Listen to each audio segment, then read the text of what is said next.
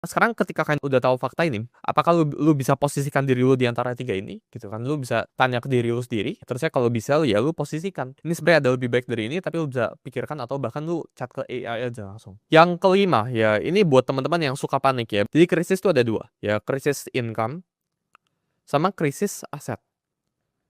Jadi ketika ya orang itu mengalami krisis aset kayak sekarang nih, sebenarnya mereka itu nggak di-PHK. Sebenarnya pekerjaan itu ya aman-aman aja, fine-fine aja buat sekarang. Tapi aset mereka itu mengalami penurunan 50%.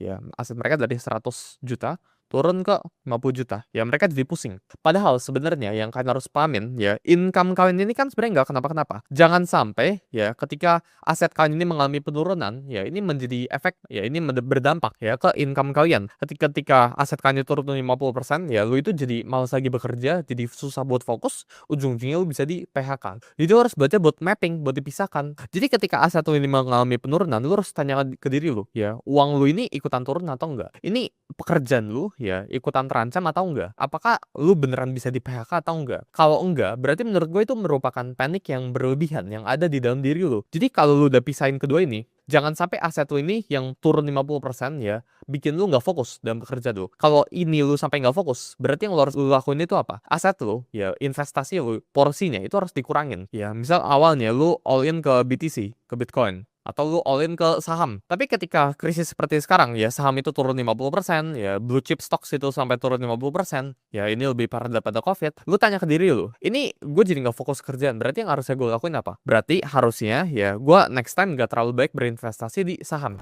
Karena ini ada quote menarik ya, everyone has a plan ya until they get punched in the face, ya ini kata Mike Tyson, ini bagus banget. Artinya apa? Semua orang bilang, oh gue itu tahan sama yang namanya itu drawdown 50%, ya aset gue turun 50%, gue fine, gue nggak apa-apa. Tapi ketika beneran turun 50%, mereka baru beneran merasakan. Ketika orang itu beneran ditonjok, baru mereka nggak ada plan apa-apa lagi. Jadi ketika kalian udah tahu sekarang kondisinya, ya oh ini gue nggak nyaman sekali ya, aset gue turun 50%, ini jadi efek ke income gue, ya efek ke cara gue bekerja di kantor gue tuh jadi nggak fokus gitu.